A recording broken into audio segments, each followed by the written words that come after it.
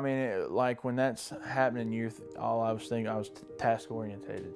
I just wanted to get what I knew to do and get it done, you know, to save his life.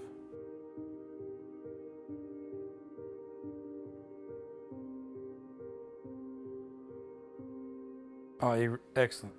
There's not too many people that have just the instinct to or to process what's happening that quickly, to know to just go boom, I got to go now. You know, tried to stop him and was trying to, you know, yell, hey, you know, stop, you know, let's talk about this, you know. When I first realized what, you know, what his goal was, and, you know, trying to hang himself, that all it did was just the adrenaline was rushing. And my thought was, I got to, you know, do my job and protect this guy. Even though it was from himself, I still had to protect him. And then after it, definitely, you know, asked myself why he wouldn't come to me and talk to me about anything. Was I doing something wrong, or, you know, was there some reason why he didn't want to come talk to me about, you know, whatever was going on? At that time that it happened, I was in the process of booking in a new inmate. I heard his assistant's calls over my radio. I was not able to respond due to me booking in a new inmate. Then about 10 minutes later, my booking corporal notified me of what happened and asked me to watch video with her to identify the inmate that had tried to commit suicide. It was during lunch chow. We were going through and serving trays, and an inmate came down, was going to come down, his last one upstairs, and he came out of his cell and had a sheet tied around his neck, and came out of the sub-day room, and that's when I noticed it. And he started attempting to tie it to the railing. And when he did, I, you know, tried to stop him and was trying to, you know, yell, hey, you know, stop, you know, let's talk about this, you know, don't do anything, you know, you'll regret whatever. And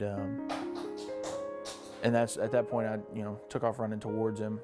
But before I could get to the top, he had tied it to the railing and jumped. Luckily, the knot that he tied on the railing didn't hold, and he fell to the floor. At that point, I ran back down the stairs and went over to him and was going to try and check on him. Before I could get to him, he got up and ran to the top of the stairs on the other side of the unit. And I, you know, went and followed him up, running up behind him, and he tied the knot to the top of that railing too. And right as I was at the top, he jumped. I ended up tearing a ligament in my foot, my left foot, and it put me out for a little bit. Where it's sports, you know, you still do your day-to-day stuff. When it's life, you know, when you get hurt on a job, the first thing you think about is, you know, how am I going to support my family? How am I going to, you know, do these things? And luckily, the county takes care of us really well, and with the benefits we have, and they were able to accommodate me on light duty and still, you know, cover everything and all of that. So it was I'm lucky to have all that. It sucks because you want to be able to help your team members and out at all times. And it's like any sports, is whenever, you know, one of your players gets out because they're hurt, it sucks having them on the sidelines. I definitely think that being in, you know, on the light duty definitely changed my perspective on a lot of things. Being able to see cameras from, you know, everywhere. Definitely wanted to be able to help, you know, my team on, you know, on my shift, and, you know, with other, you know, incidents that's happening, or, you know, just in everyday tasks that, you know, they didn't have that extra hands to do.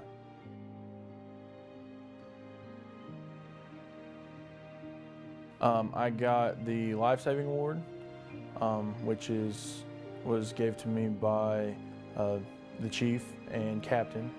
But then as for the annual Christmas party, I got nominated and selected for going above and beyond Deputy of the Year. For the detention center, he's the only person that I've seen. I've been with department almost 2 years now, and I have never seen one given out.